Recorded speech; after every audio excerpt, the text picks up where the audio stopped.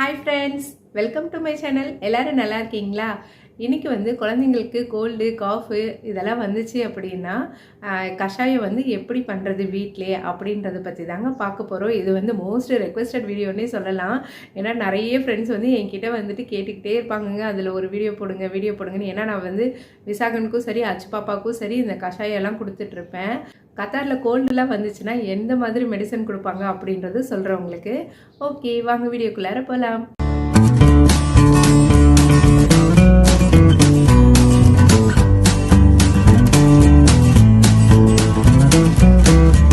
கஷாயம் செய்யறதுக்காக நான் வந்து எடுத்துருக்கிறது வந்து கற்பூரவள்ளி துளசி இலை, இது தாங்க மெயினான இது. அதுக்கப்புறம் இதில் என்னென்ன சேர்க்க போகிறேன், எப்படி பண்ண போகிறேன் அப்படின்றதையும் காமிக்கிறேன் உங்களுக்கு. கத்தாரில் குழந்தைங்களுக்கு கோல்டுலாம் வந்துருச்சுன்னா இங்கே சிரப்லாம் கொடுக்க மாட்டாங்கங்க. நான் சொல்கிறது வந்து ஹமாத் இதில் சொல்கிறேன், என்ன கொடுப்பாங்க அப்படின்றத காமிக்கிறேன். இது வந்து பார்த்திங்கன்னா நேசல் ட்ராப்ஸ், இது தாங்க கொடுப்பாங்க. இது வந்து மூக்கில் வந்து ஒரு சொட்டு போடணும். ஒரு நாளைக்கு பார்த்திங்க 8 hours ஒன்ஸ் வந்து யூஸ் பண்ணணும். ஸோ இப்படி நம்ம யூஸ் பண்ணுறப்பே வந்து சளி வந்து கொஞ்சம் வெளியில் வரும். இது தாங்க இந்த நேசல் ட்ராப்ஸு, இது தாங்க கொடுப்பாங்க. மற்றபடி சிரப்பு எதுவுமே கொடுக்க மாட்டாங்க.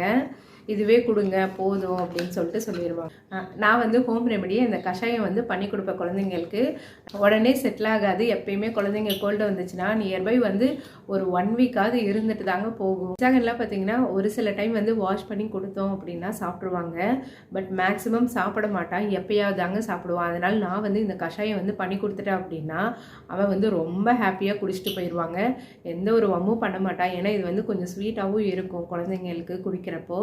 அதனால் வந்து எந்த இதுவும் பண்ண மாட்டேன். நான் வந்து 12 துளசி இலை எடுத்திருக்கேங்க. அதுக்கப்புறம் வந்து கற்பூரவள்ளி இலை வந்துட்டு 4 இலை வந்து எடுத்திருக்கேன்.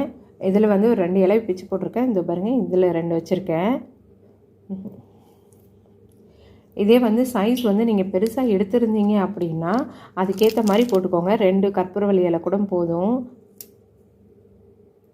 கற்பூரவள்ளி இலையே வந்து இது மாதிரி பிச்சு சேர்த்துக்கோங்க. ஒரு குழந்தைக்கு பார்த்திங்கன்னா 6 துளசியும் 2 கற்பூரவள்ளியும் போதுங்க. நான் வந்து 2 குட்டீஸ்க்கு செய்கிறதுனால 12 துளசி இலையும் 4 கற்பூரவள்ளி இலையும் எடுத்துக்கிட்டேன். இப்போ ஒரு பாத்திரத்தில் தண்ணி சேர்த்துட்டு இது வந்து கொஞ்சம் சூடாகட்டும். கொஞ்சம் சூடானாலே போதுங்க. நம்ம வந்து அந்த இலை எல்லாத்தையுமே சேர்த்துக்கலாம். கற்பூரவள்ளி துளசி இலை ரெண்டுமே வந்து சளிக்கு ரொம்பவே நல்லதுங்க. குழந்தைங்க சளிக்கு குழந்தைங்களுக்கு கொடுத்தாலே ஓரளவு கோல்டு வந்து நல்லாவே க்யூர் ஆகுங்க. சீரகம் கொஞ்சமாக சேர்த்துக்கலாங்க. ஒரு 1/2 ஸ்பூன் அளவுக்கு சீரகம் சேர்த்துக்கலாம். அடுத்து மிளகு சேர்த்துக்கலாங்க. ஜஸ்ட் ஒரு 2 மிளகு தான் நான் வந்து நசுக்கி வச்சுருக்கேன். ஸோ அதை சேர்த்துக்கலாம். மிளகும் பார்த்திங்கன்னா சளிக்கு ரொம்பவே நல்லதுங்க. நல்ல சளியை வந்து வெளியேற்றும். அதனால தான் மிளகு சேர்த்துருக்கோம். இப்போ இது வந்து நல்லா கொதிக்கட்டும்.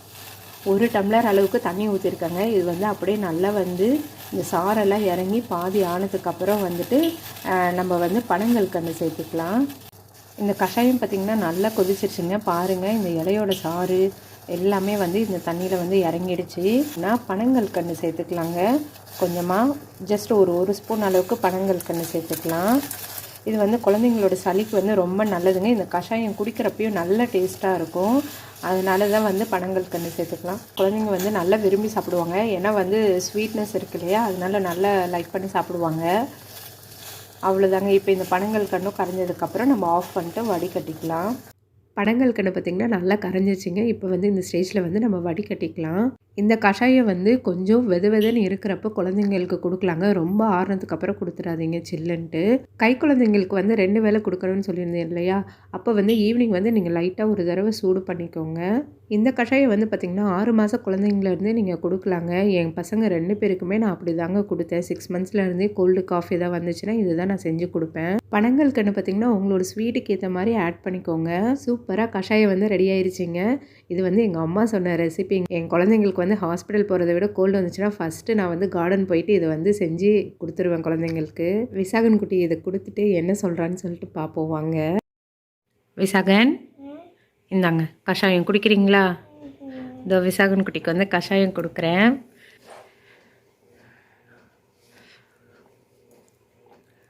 என்னப்பா இது பேர்?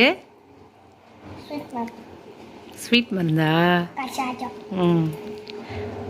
விசாகன் குட்டி வந்து இதுக்கு வச்சிருக்க பேர் வந்து ஸ்வீட் மருந்து. குடிங்க. நல்லா இருக்கா ஸ்வீட் மருந்து?